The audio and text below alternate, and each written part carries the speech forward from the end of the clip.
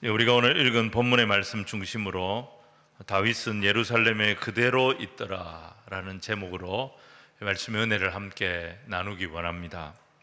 사무엘하 11장은 다윗의 인생에서 가장 어두운 장면을 담고 있는 장입니다. 그냥 이 장이 그냥 없었으면 좋겠다. 다윗 입장에서는 너무 부끄럽고 남들에게 보여주고 싶지 않은 그런 장이 사무엘하 11장입니다. 그가 불륜에 빠진 거죠. 사무엘서를 보면 다윗과 관련되는 인물들이 여럿이가 나옵니다. 근데 그 중에서 우리가 잊을 수 없는 인물이 두 사람이 있습니다. 하나는 골리앗입니다. 또 하나는 오늘 본문의 밧세바입니다. 성경을 잘 모르고 신앙이 없는 분들도 골리앗은 압니다. 그리고 밧세바를 아는 분들도 많이 있습니다. 이 두 사람은 다윗과 관련해서 꽤 알려진 사람들인데 외모로 볼 때는 완전히 극과 극입니다. 골리앗은 상대를 압도하는 엄청난 거인이었습니다. 그리고 적의 장수였습니다. 그에 반해서 밧세바는 너무너무 연약한 여인이었습니다. 또 골리앗과 싸울 때 다윗은 10대 무명의 소년이었습니다. 아무도 알아주지 않았습니다. 모두가 골리앗과 다윗이 싸우면 골리앗이 이길 거라고 생각했습니다. 그런데 다윗이 이 골리앗과의 싸움에 승리하면서 일약 이스라엘의 영웅으로 떠오르게 됩니다. 그런데 밧세바와 불륜에 빠졌을 때는 다윗의 나이가 50대였습니다. 위치가 완전히 바뀌었죠. 무명의 10대 소년이 지금은 어느 누구도 함부로 할 수 없는 이스라엘의 지존 왕이 되어 있습니다. 다윗의 인생의 최절정기에 이르렀습니다.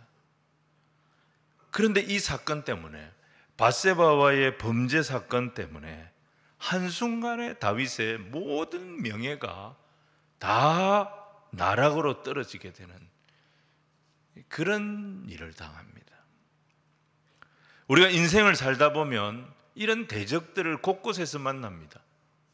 두 종류로 볼 수 있습니다. 하나는 골리앗 같은 대적입니다. 또 하나는 이 밧세바 같은 대적입니다. 누가 더 어려운 대적이냐? 성경은 골리앗보다 밧세바가 훨씬 어려운 대적일 거라고 말씀하십니다. 다윗도 그랬죠. 골리앗은 모두의 예상을 뒤집고 이겨냈습니다. 그런데 밧세바를 못 이겼어요. 우리 인생도 마찬가지입니다.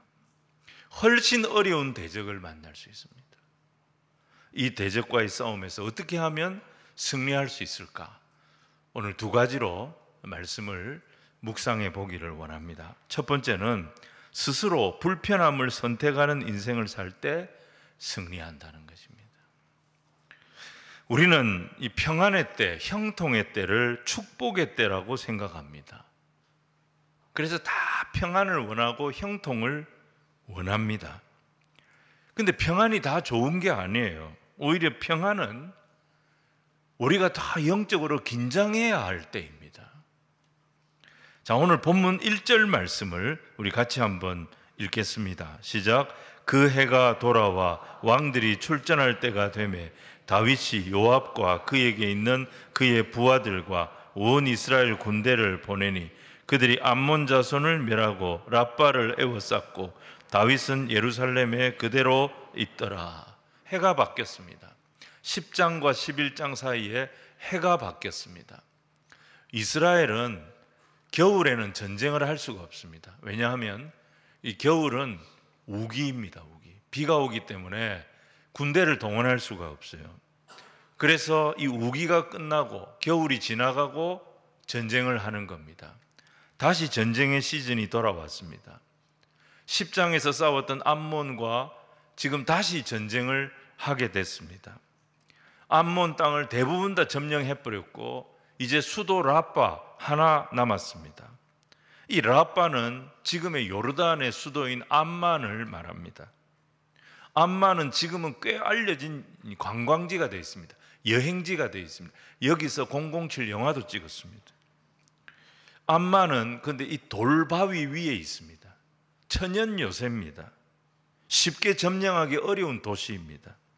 그럼에도 다윗은 자기가 직접 나가지 않았습니다. 요압과 자기 부하들만 보냈습니다. 다윗이 왜 그랬을까요? 언제부터인지는 모르지만 다윗이 계속 이기다 보니까 승리에 익숙해진 거예요. 이기는 게 당연하다고 생각한 거예요. 승리에 대한 감사와 감격이 없어요. 나가면 이기는데 뭐. 그런 생각을 하면서 이게 승리가 익숙해지니까 다윗의 마음속에 뭐가 쑥 들어왔느냐? 교만이 들어온 거예요. 교만과 함께 뭐가 들어왔느냐? 나태한 마음이 들어왔던 거예요. 집중을 안 하는 거죠. 여러분, 교만과 나태함의 원인이 뭐냐? 오늘 우리가 11장을 들여다보면 아무리 찾아봐도 이 다윗의 모습에서 하나님과 교제하는 모습이 보이지가 않아요. 하나님과 소통하는 모습이 사라져 버렸어요. 이게 교만과 나태함의 원인이었던 것입니다. 여러분, 시편 57편 보시면 다윗이 싱싱할 때, 다윗은 광야에 있기도 했고 동굴 속에 있기도 했고 참 대적이 많았어요. 그 대적들이 그물을 치고 다윗을 끌어들이려고 했고 웅덩이를 파고 다윗을 빠뜨리려고 했습니다. 그때에도 다윗은 그 위기 속에서도 무슨 노래를 불렀습니까? 시편 57편 7절 말씀 우리 같이 읽겠습니다. 시작. 하나님이여, 내 마음이 확정되었고 내 마음이 확정되었사오니 내가 노래하고 내가 찬송하리이다. 내 영광아 깰지어다. 비파야 수금아 깰지어다. 내가 새벽을 깨우리로다. 아무리 위기가 있고 어려움이 있어도 다윗은 싱싱했습니다. 그때 찬양이 살아있었고요, 기도가 살아있었고요, 예배가 살아있는 그런 사람이 다윗이었어요. 근데 지금은 이스라엘의 왕이 됐어요. 쫓기는 신세가 아니에요. 동굴이나 광야를 헤맬 필요가 없어요. 근데 그 충만했던 기도가 사무엘하 11장에는 보이지 않아요. 그 뜨거웠던 찬송이 사무엘하 11장에 보이지 않아요. 그가 늘 하나님의 은혜 앞에 감격했던 예배가 사라져 버렸어요. 나라는 강해지고 왕위는 견고하여졌지만 이 모든 것이 하나님의 축복이었지만 그 축복 속에 다윗은 나태해지고 있었어요. 교만해지고 있었어요. 그 결과로 위기가 온 거예요. 여러분, 우리가 예배를 드리는데 예배가 우리에게 주는 효과가 뭘까요? 우리는 이렇게 생각합니다. 내 부족함이 예배를 통해 채워지기를 원합니다. 내 연약함이 이 예배를 통해 견고해지고 좀 강해지기를 원합니다. 주로 받을 것을 생각하는 거죠. 근데 성경 보시면 예배가 우리에게 주는 유익이 뭐냐? 우리를 더 배고프게 만듭니다. 우리를 더 목마르게 만듭니다. 이게 예배입니다. 모세를 보세요. 출애굽기의 모세를 보세요. 모세는 하나님과 늘 동행했던 사람입니다. 그래서 하나님의 능력을 충분히 경험했고 하나님의 능력을 가는 곳마다 경험했던 사람이 모세입니다. 그럼에도 불구하고 하나님 앞에 무슨 기도를 하고 있습니까? 출애굽기 33장 18절 모세가 이르되 원하건대 주의 영광을 내게 보여주십시오. 모세는 또 주의 영광을 구하고 있습니다. 왜 그렇습니까? 하나님을 알아가면 알아갈수록, 예배하면 예배할수록 모세의 마음속에 영적인 갈증이, 영적인 허기가 더 깊어지고 더 강해졌던 것입니다. 이게 예배자의 모습이에요. 더 예배하게 하시고 더 찬송하게 하시고 더 하나님의 영광을 깊이 경험하는 예배자가 되게 해주십시오. 이게 예배자의 모습이에요. 근데 예배자 중에 예배자라고 할 수 있는 다윗, 사무엘하 11장에 이런 모습이 완전히 사라져버렸어요. 계시록 2장 17절에 보면 라오디게아 교회가 무슨 소리를 합니까? 나는 부자라, 부요해서 부족한 게 없다. 이게 라오디게아 교회의 자랑이었습니다. 이 자랑하다가 사라진 거예요. 스스로 배불러 있고 스스로 부자라고 생각하고 교만이 가득했던 그 라오디게아 교회의 모습에서 우리가 누구의 모습을 보느냐? 사무엘하 11장에 다윗의 모습을 보는 거예요. 다윗은 하나님과의 관계에서는 배부른 돼지가 돼버렸어요. 은혜를 너무 많이 받았어요.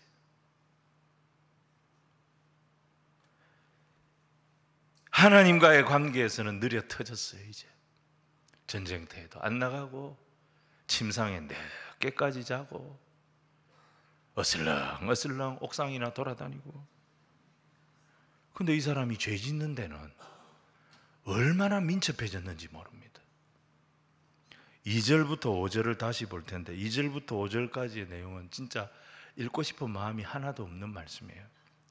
근데 여기에 동사들이 말이죠, 아주 긴박하게 서로 연결이 되어 있습니다. 자, 우리 2절로 5절 말씀을 한 번 더 읽겠습니다. 시작. 저녁 때에 다윗이 왕궁 옥상에서 거닐다가 그곳에서 보니 한 여인이 목욕을 하는데 심히 아름다워 보이는지라 다윗이 사람을 보내 알아보게 하였더니 그가 아뢰되 그는 엘리암의 딸이요 헷 사람 우리아의 아내 밧세바가 아니니까 하니 다윗이 전령을 보내어 그 여자를 자기에게로 데려오게 하고 그 여자가 그 부정함을 깨끗하게 하였으므로 더불어 동침함에 그 여자가 자기 집으로 돌아가니라. 그 여인이 임신함에 사람을 보내 다윗에게 말하여 이르되 내가 임신하였나이다 하니라. 여기에 나오는 동사들을 한번 보시면요, 보고, 보내고, 알아보고, 다시 보내고, 데려오고, 동침하고, 돌려보내고, 임신하고, 또 사람 보내고, 임신 사실 알리고. 여러분, 이게 우리 성경에는 그냥 평문으로 이렇게 쭉 쓰여져 있지만 히브리어 성경을 보면요, 동사들밖에 안 나와요. 정신없이 동사들이 계속 나와요. 다윗의 범죄 행위가 거침없이 일사천리로 진행이 되었다는 것을 보여줍니다. 지금 다윗의 상태가 어떤 상태입니까? 전쟁터에 나가지도 않고 늦게까지 침상에서 자고 어슬렁어슬렁거리고 느려 터질 대로 느려 터진 모습입니다. 하나님을 떠난 자의 모습이 이런 모습이에요. 자, 잠언 1장 16절에 하나님을 떠난 자의 모습이 이렇게 묘사가 됩니다. 대저 그 발은 악으로 달려가며 피를 흘리는데 빠름이라. 하나님 영광을 위해서 느려 터졌어요. 하나님 영광을 위한 일에는 어슬렁어슬렁 가보지도 않아요. 그런데 악을 행하는 데는 총알처럼 빨리 갑니다. 이게 악인의 모습, 하나님에 대한 갈망이 사라진 자의 모습이 이런 모습이 될 수 있다는 거예요. 다윗이 광야에 살 때 꿈이 뭐였겠습니까? 사울에게 쫓겨다닐 때 그의 소원이 뭐였겠습니까? 이 지긋지긋한 광야 생활 내가 좀 벗어났으면 좋겠다, 그런 마음이 있었겠죠. 그런데 정작 그거 벗어나서 왕궁에 들어와 보니까 광야가 위험한 곳인 줄 알았는데 왕궁이 훨씬 위험한 곳이었어요. 우리도 마찬가지입니다. 하나님께서 은혜를 주셨어요. 하나님께서 복을 주셨어요. 그래서 다윗의 왕궁 같은 쾌적하고 안락한 생활을 하게 되어졌어요. 얼마나 감사한 일입니까? 근데 왕궁에는 그 왕궁이 주는 안락함보다 더 무서운 독이 있다는 것을 알아야 됩니다. 그래서 불편하고 좀 힘들지라도 우리가 다시 싱싱해지는 곳은 어디냐? 왕궁이 아니라 전투가 벌어지는 싸움의 현장이라는 것을 알아야 합니다. 이게 사무엘하 11장이 오늘 우리에게 주는 메시지입니다. 여러분 생각해 보십시오. 우리 성도들 중에는 주일이 되면 그런 말씀 많이 듣습니다. 꼭두 새벽에 나옵니다. 컴컴할 때 나와가지고 하루 종일 이 사역 저 사역, 교회 안에서 맡은 사역을 하루 종일 감당하고 파김치가 돼가지고 저녁 늦게 집으로 가시는 분들이 있습니다. 평일보다 주일이 훨씬 바쁩니다. 이제 내 좀 그만해야 되겠다, 좀 쉬어야 되겠다, 이런 생각이 들 때 한번 다시 생각해 보십시오. 내가 그토록 충성했던 그 사역들이 사실은 내 영혼을 살리는 사역이었어요. 하나님 앞에 헌신했던 그 수고들이 사실 내 영혼을 지키는 수고였다는 것입니다. 우리가 항상 잊지 말아야 할 것이 바로 이거예요. 시편 13편 3절에 다윗이 하나님 앞에 싱싱했을 때 했던 기도가 어떤 기도입니까? 우리 같이 한번 읽겠습니다. 시작. 여호와 내 하나님이여 나를 생각하사 응답하시고 나의 눈을 밝히소서. 두렵건대 내가 사망에 잠을 잘까 하오며. 시편의 다윗은 어떤 기도를 했습니까? 하나님, 편안한 안식의 자리보다 좀 불편할지라도 내 영혼의 눈이 밝아지는 자리, 사망에 잠을 자지 않는 자리, 그 자리에 내가 있게 하여 주십시오. 다윗은 그런 기도를 했던 사람이었어요. 싱싱했던 시절에 다윗은 그런 기도를 했다니까요. 근데 사무엘하 11장에 하나님이 은혜 많이 주셨어요. 하나님이 복도 그에게 주셨어요. 승승장구했어요. 왕이 됐어요. 왕궁까지 올라왔어요. 근데 그곳에 안주하기 시작하면서 다윗은 더 이상 불편한 곳에 안 가려고 합니다. 내가 가야 되겠나? 내가 그것까지 해야 되겠나? 싸움이 치열한 그곳에 다윗은 안 가려고 합니다. 그러면서 자다가 한밤중에 깨가지고 옥상에 올라갔어. 어슬렁어슬렁. 그 넘어진 여자 목욕하는 건 뭐한데 뒤다보고 앉아 있습니까? 거기서. 이런 사람이 죄악의 쓰나미를 탁 만나니까 그 위대한 다윗이 한 방에 날아갑니다. 한 방에 날아갑니다. 다윗이 원래 이런 사람이 아니었잖아요. 근데 어쩌다 이래 된 거예요? 싸움의 현장을 떠난 거예요. 불편하다고, 피곤하다고, 힘들다고 싸움의 현장을 떠난 거예요. 그 불편한 자리에서, 힘든 자리에서 다윗이 시편에서 뭐라고 기도했습니까? 하나님, 내 눈을 밝혀주시고 내가 사망에 잠을 자지 않도록 지켜달라고. 그렇게 기도하면서 불편한 자리를 지켜냈던 다윗이, 싱싱한 기도를 했던 다윗이 이제 이 기도도 사라지고 불편한 자리도 안 가려고 하고, 그러니까 죄가 밀려오니까 한 방에 나자빠져 버려요. 여러분, 다시 우리 안에 이 싱싱한 기도가 살아있고 불편할지라도 하나님께서 내게 허락하신 자리를 끝까지 지켜내는 주의 백성들이 다 되시기를 주님 이름으로 축원을 드립니다. 두 번째는 죄에 넘어져도 당장 끊고 돌아오는 회개가 있으면 승리한다는 것입니다. 죄의 특성이 뭐냐면, 죄라고 하는 건 꼬리에 꼬리를 무는 특성이 있습니다. 덮어주면요, 이게 또 다른 죄를 짓습니다. 시편 1편 보시면 복 있는 사람은 악인들의 꾀를 따르지 않는다 그랬어요. 반면에 오직 여호와의 율법을 즐거워하며 그 율법을 주야로 묵상하는 자라고 했습니다. 그러니까 이 세상은 두 부류예요. 하나는 자기 꾀로 사는 사람이 있고요, 하나님의 말씀대로 사는 사람이 있어요. 다윗은 원래 하나님 말씀대로 사는 사람이었어요. 그런데 사무엘하 11장에서 말씀을 포기하고 다윗이 뭘 붙잡습니까? 지 꾀를 붙잡습니다. 바세바가 임신했다 소식 듣고 다윗은 세 가지 꾀를 계속으로 부리기 시작합니다. 첫 번째 꾀가 뭐냐면, 지금 전쟁하고 있는 요압에게 우리아를 빨리 예루살렘으로 보내라고 기별을 합니다. 6절 말씀을 우리 같이 읽겠습니다. 시작. 다윗이 요압에게 기별하여 헷 사람 우리아를 내게 보내라 하매 요압이 우리아를 다윗에게로 보내니. 우리아가 예루살렘에 와서 집으로 갈 거 아닙니까? 그러면 아내인 밧세바와 같이 자겠지요.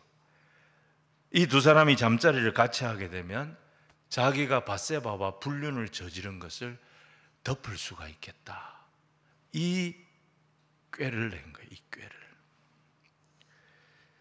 예루살렘에 아무 영문도 모르고 우리아는 전쟁하다가 왔습니다. 그 우리아에게 천연덕스럽게 다윗은 안부를 묻습니다. 7절을 우리 같이 읽겠습니다. 시작. 우리아가 다윗에게 이르매 다윗이 요압의 안부와 군사의 안부와 싸움이 어떠했는지를 묻고. 여러분, 여기 한글 성경에는 안부라고 하는 단어가 2번 나오죠. 히브리어 성경에는 안부를 뜻하는 샬롬이 3번 나옵니다. 첫 번째는 요압이 샬롬 하냐, 요압의 샬롬을 물었어요. 두 번째는 이스라엘 군대가 샬롬 하냐, 군대의 샬롬을 물었어요. 그리고 세 번째, 싸움의 결과가 샬롬이냐, 이렇게 3번의 샬롬을 물은 거예요. 겉으로는 온 이스라엘의 샬롬을 생각하는 거룩한 왕처럼 보입니다. 하지만 다윗의 속에는 뭐가 있어요? 죽음의 그림자가 가득했어요. 실제로 다윗은 제일 먼저 우리아를 죽입니다. 두 번째로 누가 죽습니까? 다윗과 밧세바 사이에 불륜으로 태어난 그 아이가 죽습니다. 세 번째, 다윗의 간증이 죽습니다. 다윗은 가는 곳마다 내 삶 전체는 하나님의 은혜였습니다. 날마다 하나님의 은혜를 자랑하고 하나님의 은혜를 간증했던 사람이 다윗이었어요. 그런데 이 범죄 때문에 그 많은 간증들 다 잃어버린 거예요. 우리아, 이름의 뜻이 뭡니까? 여호와는 나의 빛이시라는 뜻입니다. 이 사람 유대인 아니지요. 이방인이에요. 헷 족속. 개종한 거예요. 하나님 믿겠다고 개종한 사람이에요. 개종하고 얼마나 다윗에게 잘했습니까? 사무엘하 23장 다윗을 좋아 충성했던 37명의 용사들 이름을 적는데 거기 이름이 나옵니다. 우리아가.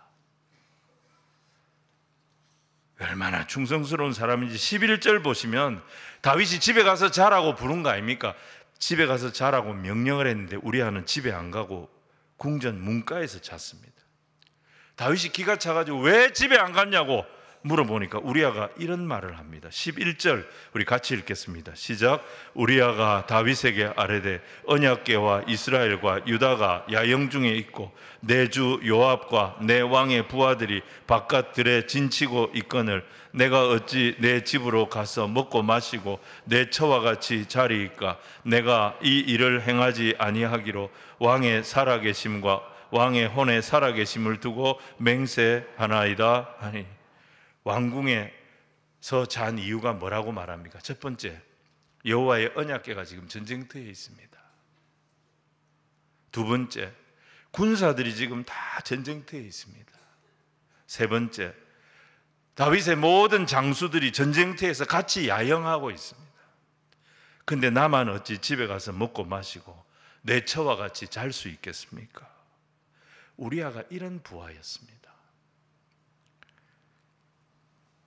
그런데 우리아의 말 한마디는요, 사실은 다윗의 양심을 후벼 파는 하나님의 경고의 말씀이었어요.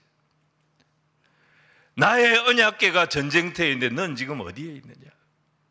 나의 군사들이 다 전쟁터에서 야영하고 있는데 지금 너는 어디서 무슨 짓을 하고 있느냐? 범죄한 다윗에게 하나님께서 우리아의 입을 통하여 주시는 엄중한 경고의 말씀이었어요. 우리아가 하는 말을 하나님의 음성으로 듣고 다윗이 깨우치고 돌이켜서 회개했더라면 더 이상의 불상사는 없었어요. 근데 다윗은 돌아오지 않아요. 돌아오기는커녕 또 잔꾀를 씁니다. 그게 13절입니다. 같이 읽겠습니다. 시작. 다윗이 그를 불러서 그로 그 앞에서 먹고 마시고 취하게 하니 저녁 때에 그가 나가서 그의 주의 부하들과 더불어 침상에 눕고 그의 집으로 내려가지 아니하니라. 우리아에게 술을 먹인 거예요. 술을 진탕 먹인 거예요. 술에 취해서 우리아가 판단력을 잃고 자기도 모르게 집으로 가도록 그렇게 꾀를 쓴 거예요. 지금 다윗은 지 죄를 덮으려고 온갖 짓을 다 하고 있는 거예요. 그런데 우리아가 또 집에 안 간 거예요. 무슨 방법을 해도 지금 통하지를. 이게 뭡니까 여러분? 우리아가 무슨 뚝심이 있고 우리아가 충성심이, 물론 그것도 있지요. 근데 하나님께서 다윗의 꾀가 통하지 않게 하신 거예요 지금. 그러면 다윗이 돌아와야죠. 이 정도 안 됐으면 이거 하나님의 뜻이다 생각하고 돌아와야 되는데 다윗은 세 번째 또 꾀를 씁니다. 이게 치명적인 꾀였어요. 우리아를 이제 돌려보내, 2박 3일 휴가 끝나서 이제 돌려보내는 거예요. 돌려보내면서 그의 손에 요압에게 보내는 편지를 하나 들려서 보냅니다. 그 편지 내용이 뭡니까? 14절, 15절을 우리 같이 읽겠습니다. 시작. 아침이 되매 다윗이 편지를 써서 우리아의 손에 들려 요압에게 보내니 그 편지에 써서 이르기를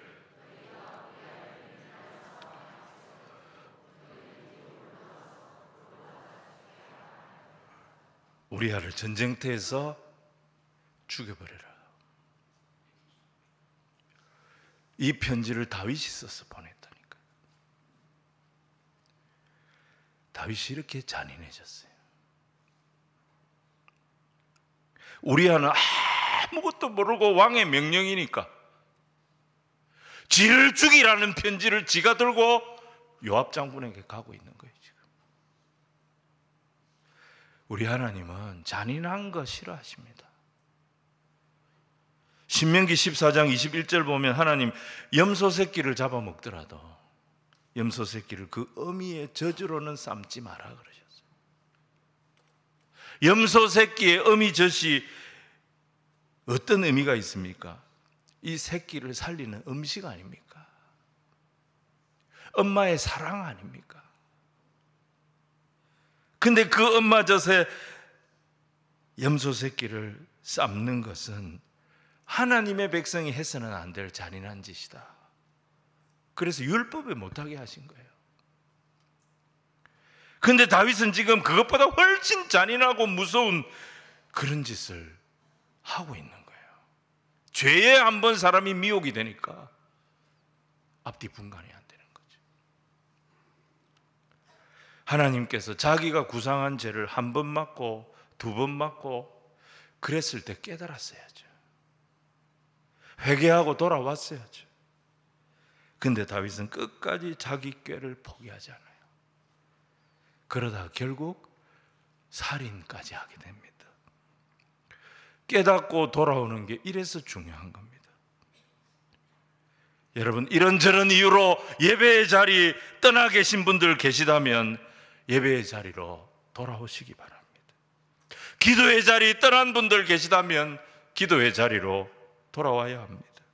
하나님께서 내게 맡기신 사명, 헌신의 자리, 시험 들었다, 피곤하다 회피하고 있는 분들이 있다면 정신 차리고 돌아오셔야 됩니다. 그 예배의 자리, 그 기도의 자리, 그 헌신과 수고의 자리가 하나님이 나를 지켜주시는 자리예요. 회개가 뭡니까? 메타노이아, 회개가 뭡니까? 자기 죄를 끊고 방향 바꿔서 돌아오는 것이 회개입니다. 회개는 이성의 결단이 아니에요. 행동의 결단이 회개라는 것입니다. 제가 자주 말씀드리지만 교회는 절대 사람 모으는 곳이 아니에요. 우리가 무슨 이벤트를 하고 행사를 해가지고 사람 끌어모으는 것이 교회가 아니라 내 죄를 깨닫게 하고 내 교만을 보게 하고 식어버린 내 심령을 자각하게 만들어서 다시 하나님의 말씀 앞으로, 여호와의 은혜 앞으로 돌아오도록 만드는 것이 교회인 것입니다. 죄를 회개하고 다시 복음 앞으로 돌아와야 회복이 일어납니다. 돌아와야 치유가 일어납니다. 돌아올 때 변화가 일어나고 돌아올 때 내 인생에 기적이 일어나는 역사를 주께서 허락해 주실 줄로 믿습니다. 근데 다윗은 죄 짓는 데는 민첩했어요. 근데 회개하는 데는 끝까지 숨기고 감추고 변명하고 그러다 살인까지 간 거예요. 여러분, 다윗이 이렇게 망가진 이유가 뭘까요? 인생의 목표를 상실한 겁니다. 그의 평생의 소원이 뭐였습니까? 시편 84편 10절에 보면 주의 궁정에서의 한 날이 다른 곳에서 첫날보다 나은즉 악인의 장막에 사는 것보다 내 하나님의 성전 문지기로 있는 것이 좋습니다. 하나님의 성전 문지기로 평생 내가 사는 것이 내 소원입니다. 그렇게 노래했던 사람이 다윗이었어요. 한 분 하나님이 그의 삶의 목표였을 때 다윗은 진짜 싱싱하게 살았습니다. 거침없이 살았습니다. 근데 그 목표를 잃어버리니까 죄에 밀리기 시작하는데 걷잡을 수 없이 무너져 버렸습니다. 꾀부리면 안 됩니다. 목표가 하나님이면 길은 만나게 돼 있습니다. 목표가 하나님의 말씀이면 사람도 달라지게 돼 있습니다. 말씀 듣고 깨달았으면 돌아와야 합니다. 돌아오면 살아나고, 돌아오면 회복되고, 돌아오면 하나님께서 내가 알지 못하는 크고 비밀한 일을 깨닫게 하시는 은혜를 부어 주실 줄로 믿습니다. 말씀 정리합니다. 다윗은요, 복을 많이 받았습니다. 승승장구 하는 것마다 잘 되는 은혜를 받았잖아요.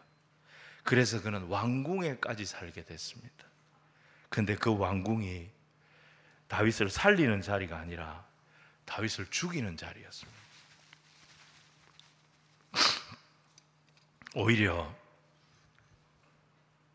불편한 자리, 광야와 전쟁터가 다윗을 싱싱하게 만드는 자리였습니다. 여러분, 우리가 복이라고 믿는 것들이 복이 아닐 수 있다는 거 알아야 돼요.